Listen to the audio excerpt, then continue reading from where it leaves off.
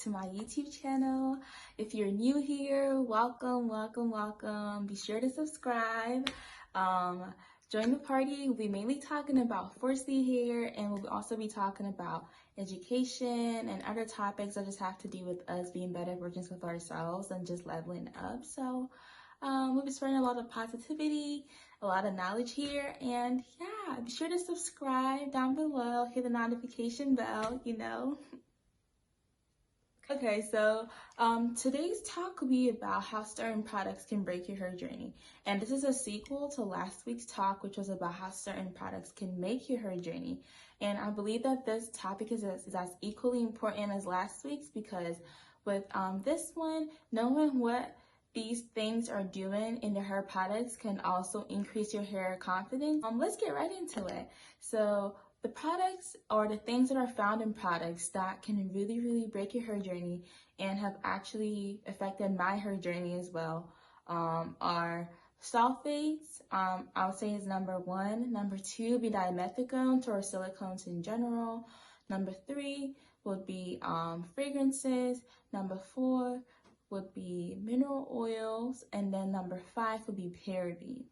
So these are some things that you see in your regular hair products that can really break your hair journey and can really give you like really bad setbacks and cause you a lot of damages and breakage to your hair.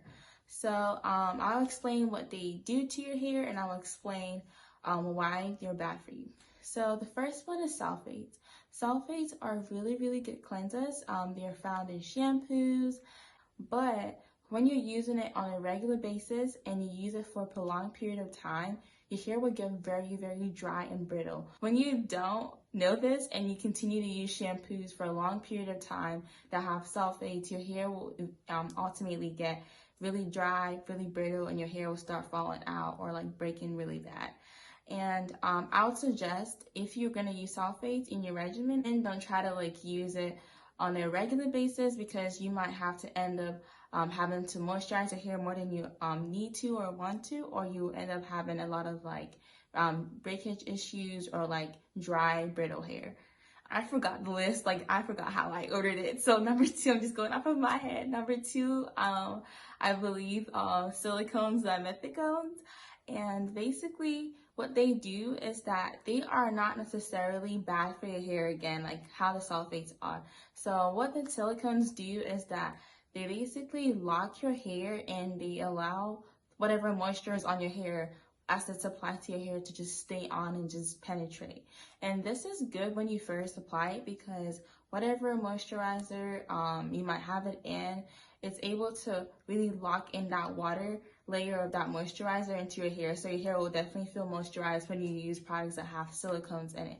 However, when it locks it up, it does not allow anything else to penetrate, and this is what is bad for you, because when you can't have anything else penetrating your hair shaft, your hair will definitely get dry in a long period of time, and you won't be able to add any moisturizers unless you cleanse it really well with the harsh shampoos like the sulfates. So silicones in general, they're not terrible, but then again, when they're used on a regular basis, it can lock up your hair shaft, and then your hair will not have any type of moisture penetrating into your hair shaft to get moisturized.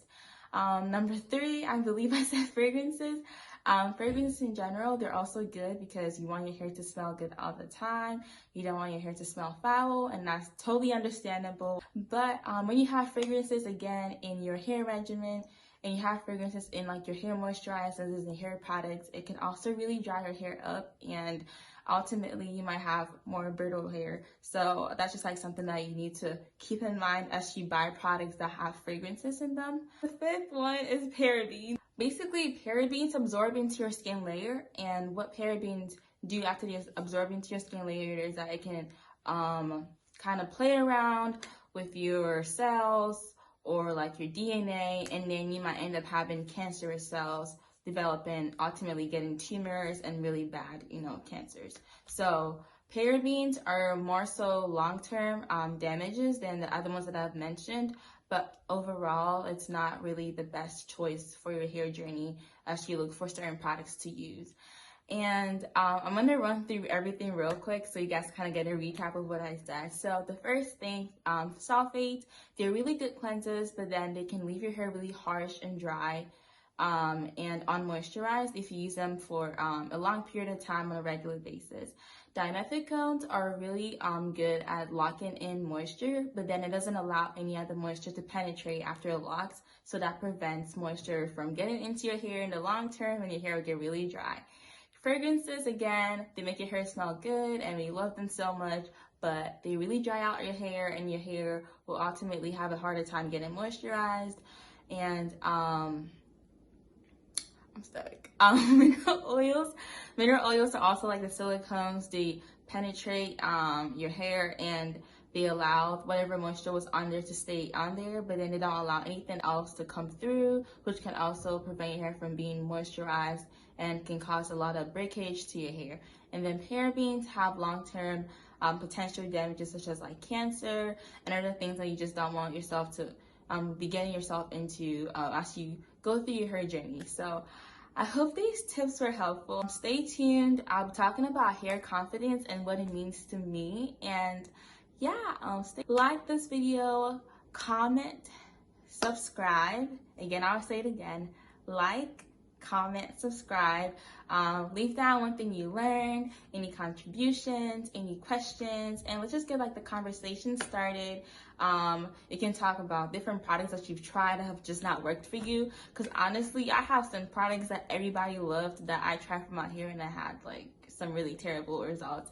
I wouldn't mind sharing in the comment section, and as per usual, I'll have an extensive list in the description box of like different things that you need to look out for that can break your hair journey. And yeah, stay blessed, and I'll see you in the next video.